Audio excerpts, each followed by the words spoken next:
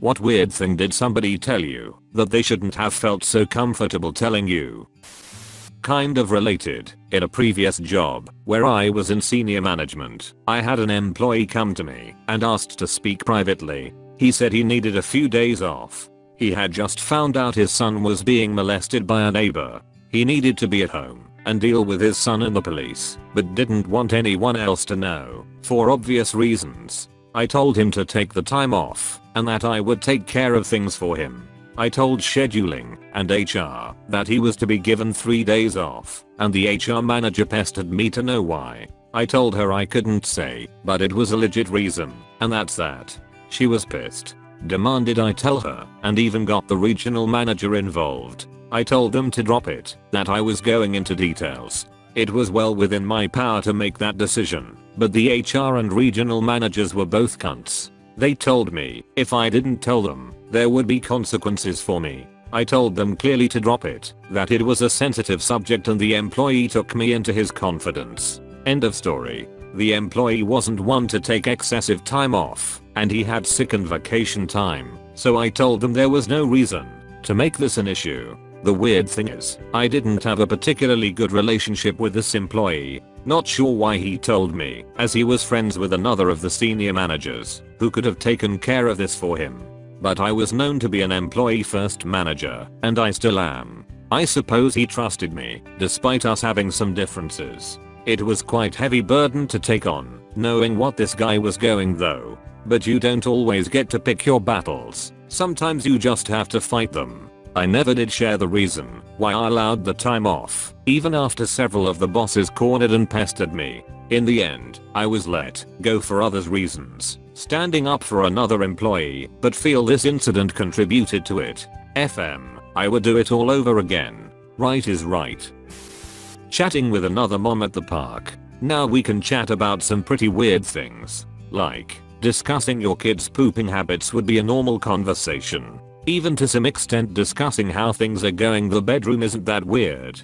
But I've had some weird things other moms have confided to me. The one that stands out was a mom who confessed she was a closeted lesbian in a loveless marriage who has a huge crush on her teenage son's girlfriend. It got even weirder too. As a passenger in an Uber, I had my driver tell me that day was the anniversary of the day his son was murdered. As we drove past the spot where it happened for, according to him, the first time since it had happened. We then drove past a building where he told me the murderer worked, pretending to be a man of God with, in his words, 4 bodies on him. His son was a gangster. My driver was a 56-year-old father just lost in his grief that day, and when he picked me up in that neighborhood in Minneapolis Midtown, it just came out.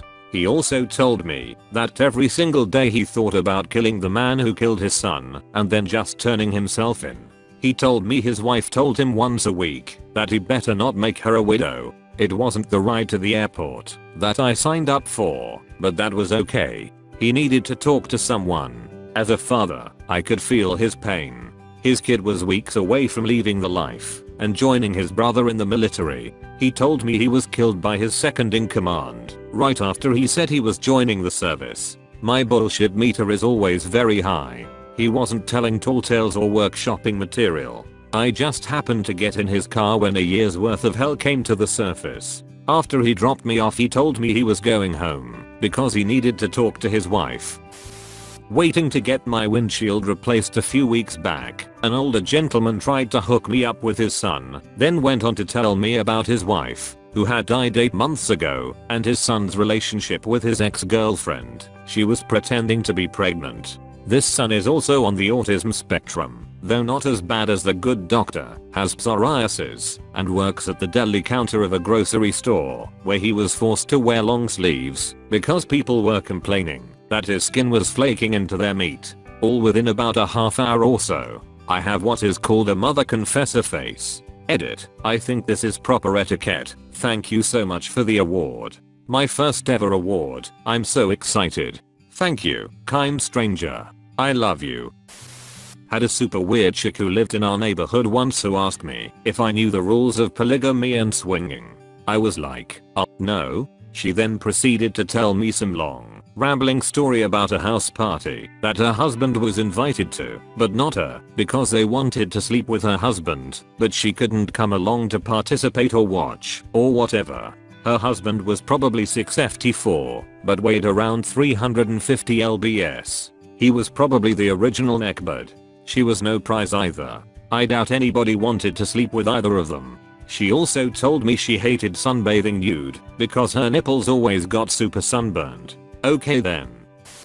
Years ago, I lived in Florida. My girlfriend, now wife, and I went to a Chili's one night to get some drinks with her co-workers. After they left, we went back inside to the bar for one more drink because it was still early and we lived nearby. This older guy walks in and sits down a few stools away from us and immediately starts giving us some light-hearted shit about football, then notices my girlfriend typing something on her phone. Within 60 seconds of meeting us, he decided to drop this. "Oh, you like looking things up on them phones, huh? Google my name." We Google his name and the first result is a news article that names him as the victim of an attempted murder-suicide by his wife. She shot him in the head, then shot herself in the head right after. She died. He didn't. Police came after a call of shots fired. They found him unconscious but alive, med-flighted him to a hospital, and he woke up later that day, and that was his icebreaker story. Okay, Starbucks barista here. I was working the drive-thru and some lady comes in asking for an iced coffee with heavy cream. I pay it no mind as it's not even close to my weirdest order. She gets to the window and starts trying to explain the motifs behind getting this drink. By the way, I'm not getting this for the caffeine. I'm constipated. Whatever still hasn't fazed me. I'm used to weird shit like this. She continued, "I tried an enema 2 days ago, and that bullshit didn't work at all. That's where I had to stop and go to the back to breath. I was not ready for that." I met a professional acquaintance at a friend's show one night. We knew each other vaguely, having met a couple of times, so we started having small talk. The guy obviously had gotten one too many beers and felt it was a great time to tell me all about his dumb moves from his early adulthood, how his fiancée cheated on him with his best friend, and how he became an alcoholic. Alright. Definitely awkward, but manageable so far. It took a turn for the worse when he suddenly felt comfortable enough to describe, in details, how he and his friends had raped a teenage boy that was blackout drunk. The acquaintance and his friends were drunk and thought it would be fun to do that, while the boy was literally unconscious and unresponsive. I noped the F out of the conversation right after that, and hope I'll never run into him again. A strange co-worker, whom I wasn't ever close with, decided to tell me at work, across the entire office, that she and her husband were having marital problems due to lack of sex. He wanted more sex, but since she wasn't trying to get pregnant, she didn't see the point and said he needed to get over it. This happened loudly, out of nowhere and with no prompting. What made it more uncomfortable was that she was our HR person. My coworker went into great detail, including a hand-drawn diagram, about how constipated she was after one of her C-sections. She said she was so uncomfortable that she asked her husband to try to dig some of the poo out of her, but with his finger.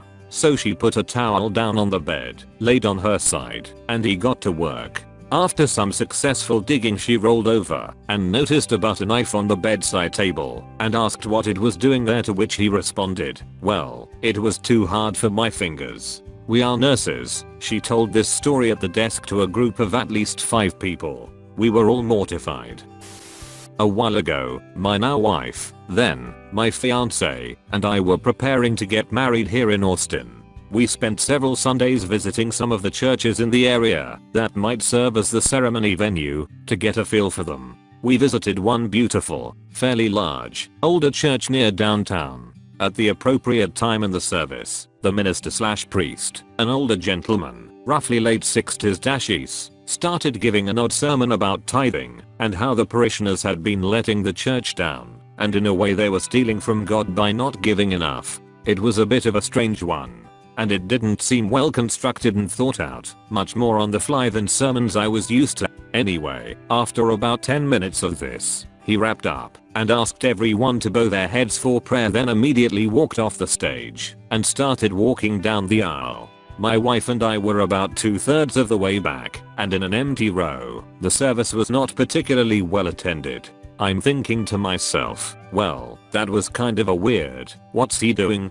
He's heading toward us. Oh god. While the congregation was still mid-group prayer, he walked to our row and then slid all the way in until he was right next to me. Everyone was watching him and now us as they are fathered or whatever it was. We finished the prayer and then sat down for the offering and a song. He then leaned over and whispered, "Good morning." We shook hands and he continued, "I wanted to let you know that I just had a mental breakdown up there a moment ago." "Oh, hey, that's alright." I thought it was great. I stammered in reply, "You're kind, but no, I'm kind of falling apart. I saw you to come in and recognized you and knew. I didn't want you to take that sermon as typical of our congregation. I have to get going. It was a pleasure meeting you both." And he got up and walked right out the back door. We didn't choose that church. Thanks for watching this video. If you already subscribed, thank you very much. Public daily new videos, you can check previous videos.